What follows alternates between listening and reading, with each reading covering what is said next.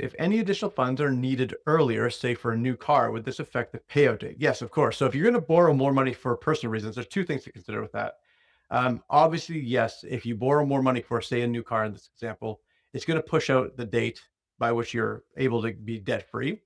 But the second thing to consider with Smith Maneuver is that if you're going to need a payout of some sort for a new car, say you wanted access to $20,000 to buy a used car at some point in cash. It's important to know that when you're setting up your Smith maneuver so that you can segregate an amount of your HELOC specifically for personal reasons.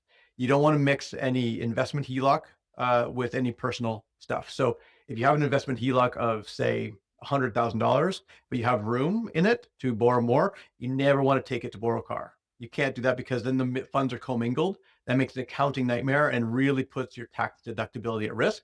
That's why tracking is so important in Smith Maneuver.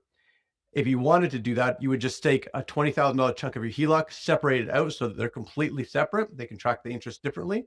Buy your car with that $20,000 HELOC and then pay it back over time. But that does change the math on all these assumptions because we're borrowing more money. So if you can't keep doing what you're doing exactly, the assumptions change.